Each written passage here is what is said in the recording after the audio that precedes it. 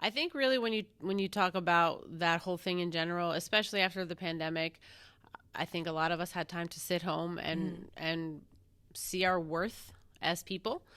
And so when you're going into a school system where you don't feel valued by the administration, you don't feel valued by the central office, your superintendent, and then you have parents really trying to dictate your life at all hours of the day, you sit there and ask yourself, well, why is this worth it? Yeah. My respect, my peace is worth more than this. That's so true.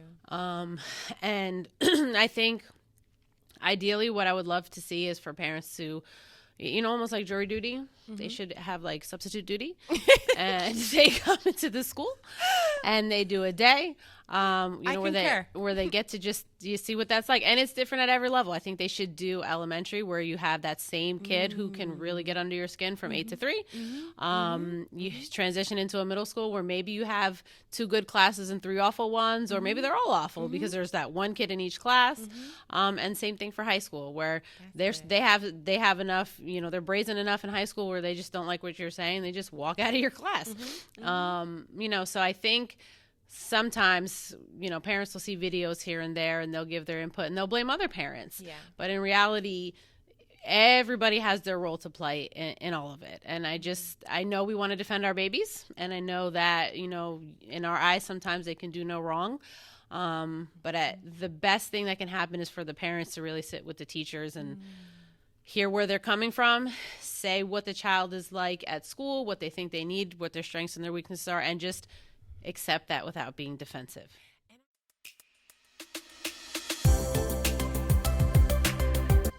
Hey, y'all. Welcome back to TWT Podcast. If you did not watch the last episode, pause this one, go back to last one, because we talked about parental support. We talked about her 19-year career. We talked about her fresh out of college, teaching high school in Jersey City, and how she earned the respect and certain things that she learned along the way. It was a dope conversation, and this is one of my dopest friends, Felicia Moody. And if you're interested in Pizza Fridays, you can ask me for her information, but you may want to bring that, tradition to your home. Pizza on Fridays, because I look forward to going to her house on Fridays just to eat pizza with the kids. And so I'm going to start out here with a quote, actually a stat rather, through Learning Policy Institute that talks about teachers often cite, we'll be talking about why teachers are leaving the field. There's like a mass exodus. You can't find no subs. You can't find teachers, pre-service teachers, the colleges, their pre-service teachers, students who apply for studying education is at an all-time low. It's like insane. Teachers often cite working conditions such as the support of their principals, so lack of administrative support, and the opportunity to collaborate with their colleagues, so working in isolation, as their top reasons for leaving. Obviously, we know that compensation is another reason why teachers leave the field.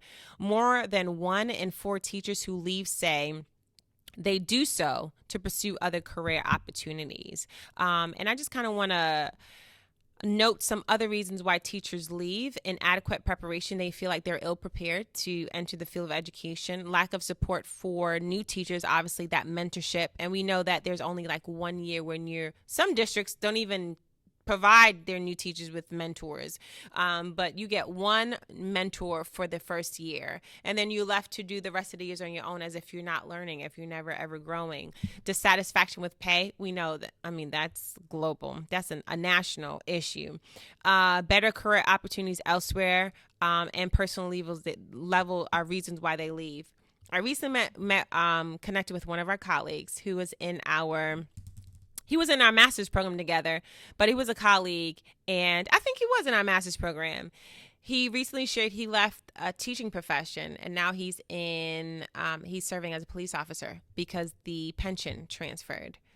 And I was thinking about, brother, you still in a high-risk profession. You were a high-risk profession, hazard pay as a teacher, and you move into now serving as an officer. But the reality is a lot of teachers are leaving the field of education and are taking other career opportunities because of the working conditions. And so let's talk about the reality of teachers leaving, and some things that contribute to it. One, you talked about where we left off. team effort, parental support. How do you feel like that contributes to teachers leaving? And then what would the ideal parental support role look like to actually build a team together for the sake of those students? Yeah. So, I think really when you talk about that whole thing in general, especially after the pandemic, I think a lot of us had time to sit home and see our worth as people. And so when you're going into a school system where you don't feel valued by the administration, you don't feel valued by the central office, your superintendent, and then you have parents really trying to dictate your life at all hours of the day, you sit there and ask yourself, well, why is this worth it? Yeah. My respect, my peace is worth more than this. That's so true. And I think ideally what I would love to see is for parents to, almost like jury duty, they should have like substitute duty, and they come into the school and they do a day, where they get to just you see what that's like, and it's different at every level. I think they should do elementary where you have that same kid who can really get under your skin from 8 to 3. You transition into a middle school where maybe you have 2 good classes and 3 awful ones, or maybe they're all awful because there's that one kid in each class. And same thing for high school where they have enough, they're brazen enough in high school where they just don't like what you're saying, they just walk out of your class. So I think sometimes, parents will see videos here and there and they'll give their input and they'll blame other parents. Yeah. But in reality, everybody has their role to play in all of it. And I know we want to defend our babies, and I know that, in our eyes, sometimes they can do no wrong. But the best thing that can happen is for the parents to really sit with the teachers and hear where they're coming from, say what the child is like at school, what they think they need, what their strengths and their weaknesses are, and just accept that without being defensive. And I want to pause there because I remember parent conferences when I was younger. Ooh, I could not go to, my mom could not, or my dad could not go to parent conferences without me. That was never the case. My mom wanted to look me in my face. When my teacher was saying something, she would say, "You agree?" And I'm grateful that I was more afraid of my parents. So I didn't want to there was a respect for my teacher, and there was also a respect for my parents. So I knew if I acted up in class, I would hear it from the teacher, and I would get it when I got home. But I remember that dynamic of me sitting next to my parent and a teacher on the other end, and my mom and my dad being that team with the teacher. They would be in support of the teacher, right? And obviously my parents were really active in the school, so they knew the teachers and they knew my parents, but I remember that level of respect. And when you speak about now, I would have parents come when I was in a classroom without their child. And what I'm sharing with the parent, there's no confirming or denying. It was, I can take it. I can share what I need to share with the parent. When they go home, Johnny or Jay could be like, "No, Miss J was not being honest. This is what happened."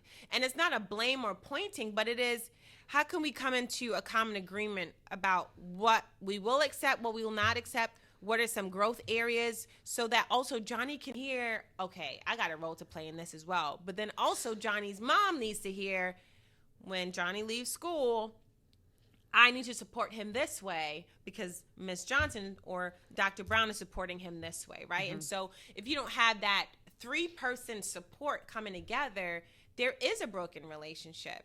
And I would have to agree with you. Long before the pandemic, I would sit down and have, conversations with myself and say, "Yo, is it worth it? The kids are worth it, but the stress, the politics, the paperwork, the lack of peace, or just feeling like, am I really making a change, or the lack of parental support?" I do agree that the pandemic also shed a deeper light of the expectation and the weight of teaching. And then I also think the pandemic lent itself where teachers took a pause and were no longer only focusing on their students, but focusing on themselves to say, I'm losing close loved ones. I may have financial security, but I'm losing a sense of freedom around me. I'm seeing people that I love either go or their lifestyle changing. I have to take a point of reflection to say, but is this it for me? And I wonder, why do we sit down and reflect And could it be because of the value of education? The value that's placed on teachers is so low. The lack of respect is so low that if we felt empowered, if we felt like we were making a difference because everyone else believed that we were making a difference and they came in to support us, then this mass exodus that we see now wouldn't be an issue. And so I do agree that parental support is so key. Do you feel like it will ever change? I know there's small pockets of hope. We know that.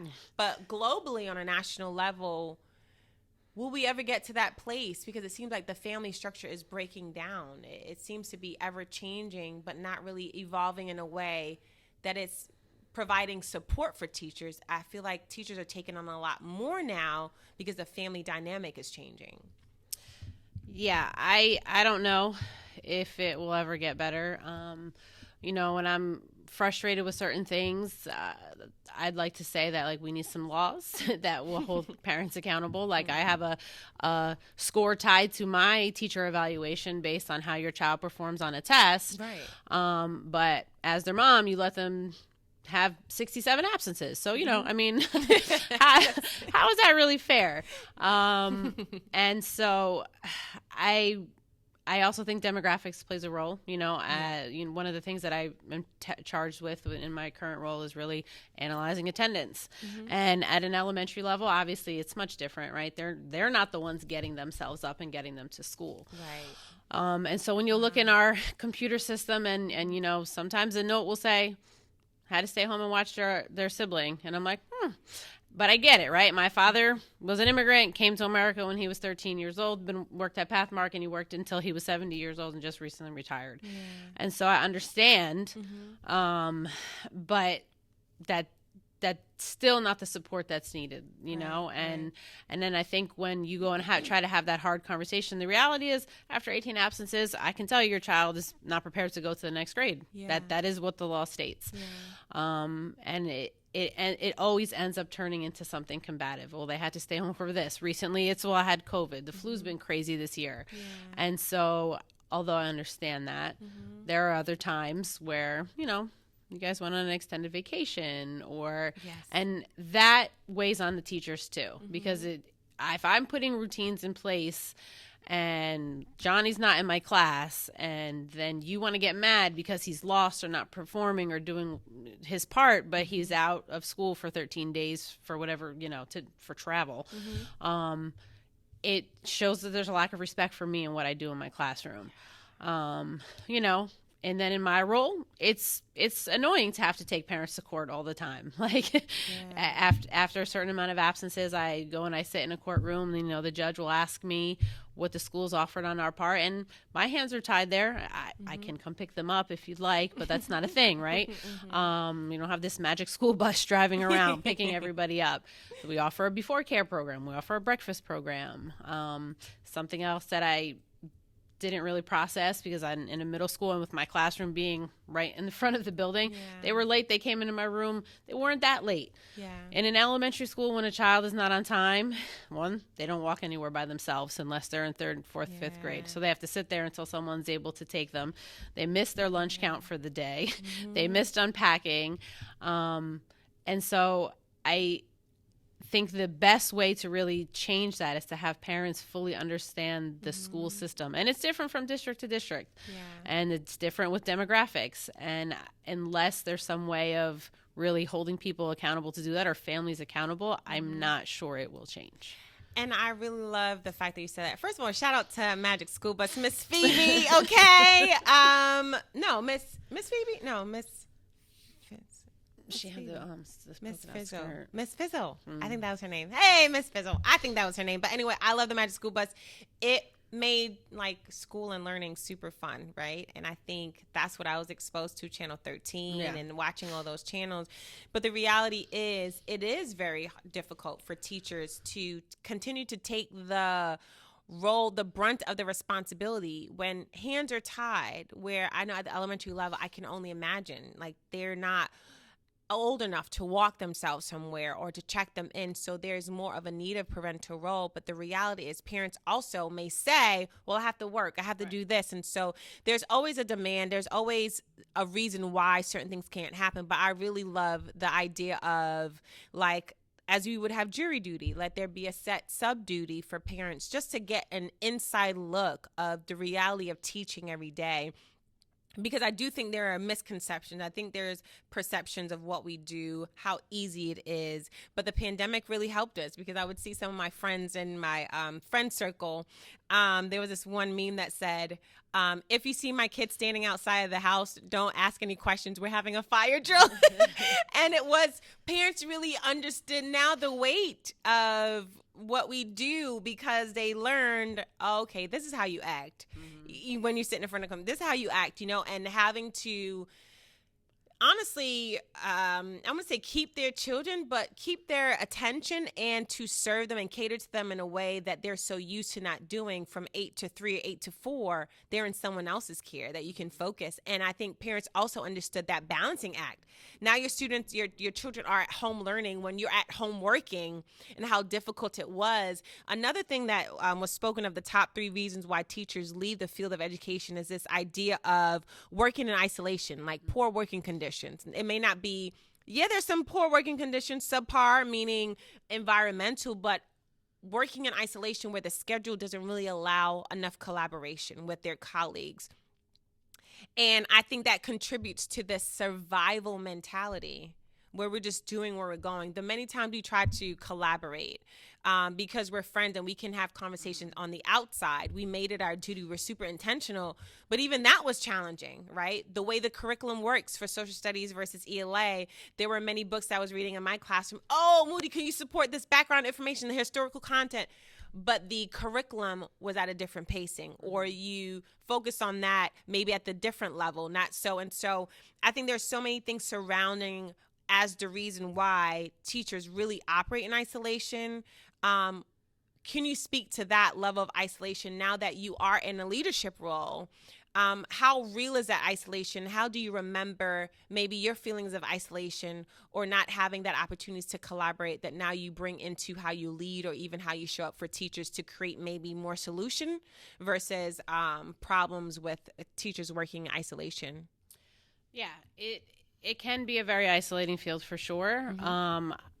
I remember teaching and not really having the same preps as anybody else. Yeah.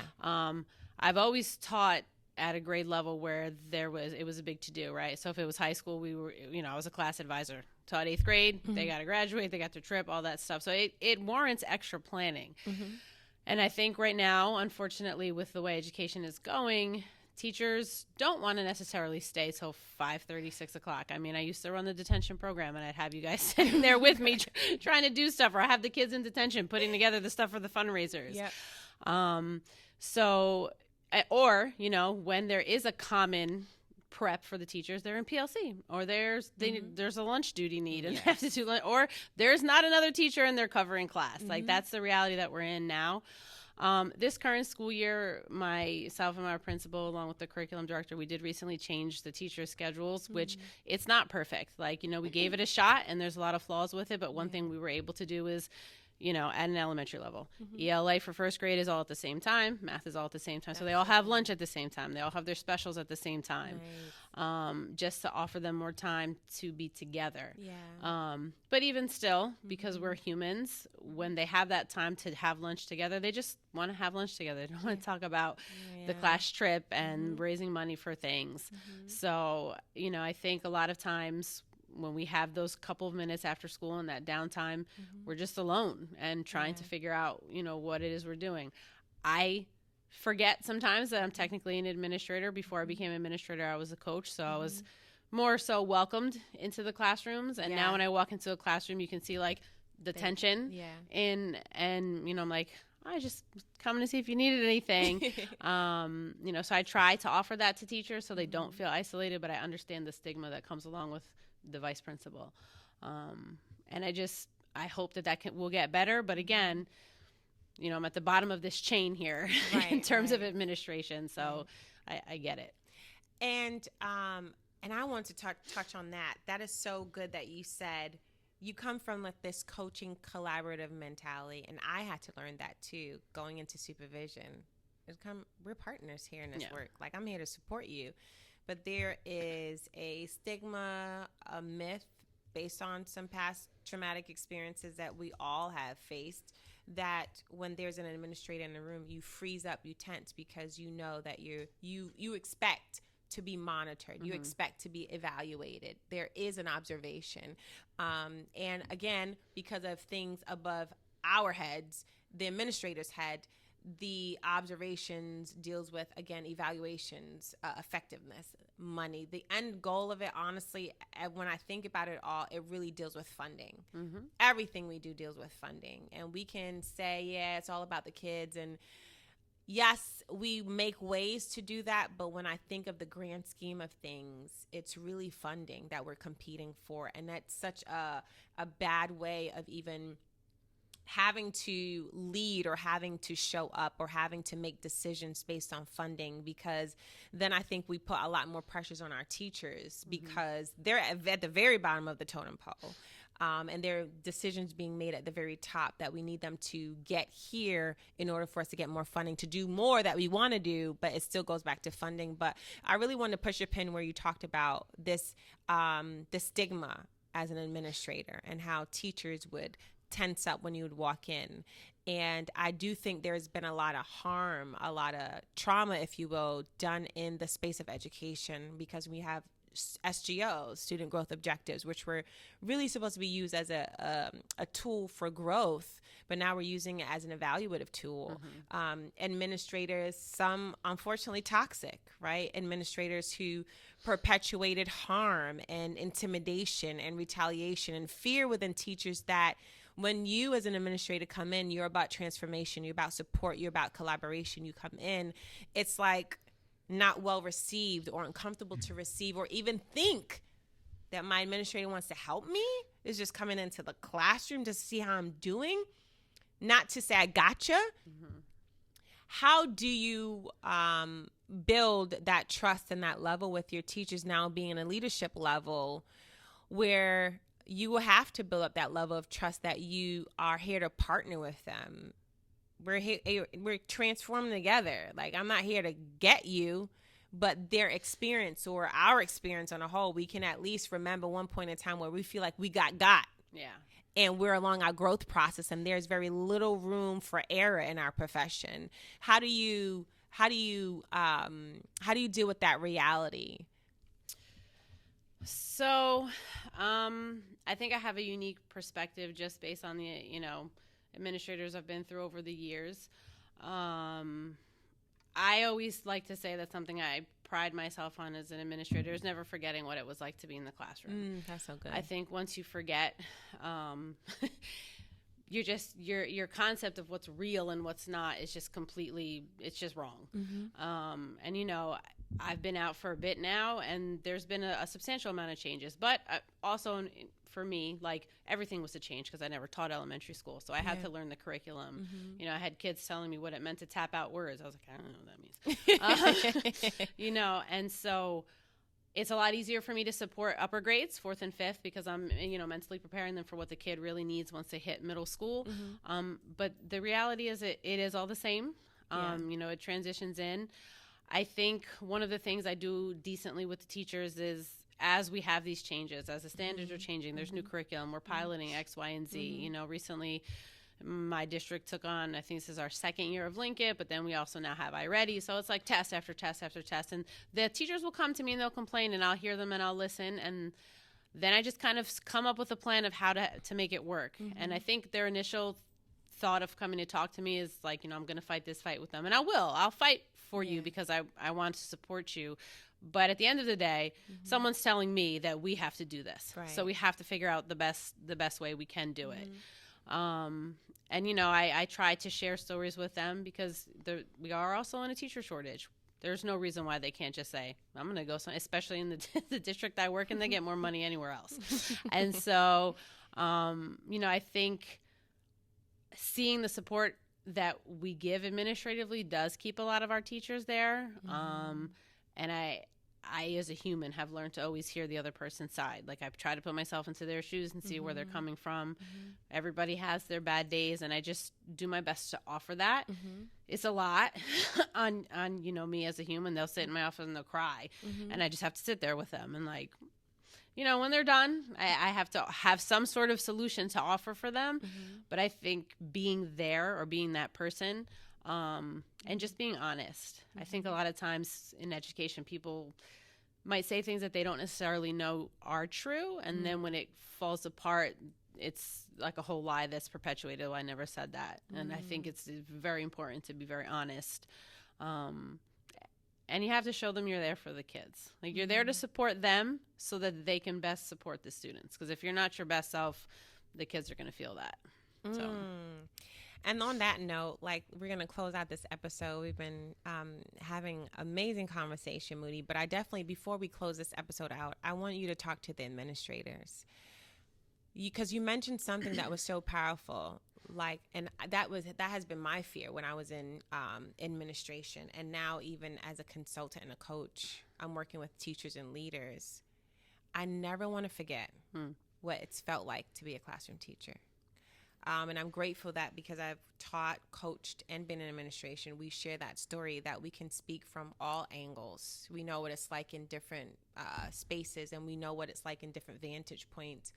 But I often do come across administrators who somehow have forgotten or have never been in the classroom.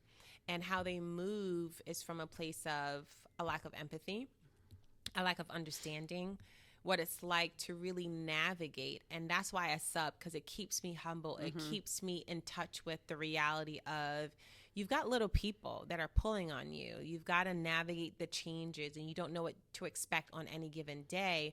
But if you can speak to the administrators, talk straight to the camera, what would you like to say to administrators as they support teachers who support students? I have a lot of respect for administrators. We have a job that, from the outside looking in, seems really nice. We just manage the school. The teachers are doing all the work, and a lot of times that is the case. But I wish that I really, really, really, really would love to see administrators just put it into their schedule to give teachers a break. You pick one teacher per grade level, do a rotation where you say, I'm going to take your ELA class today.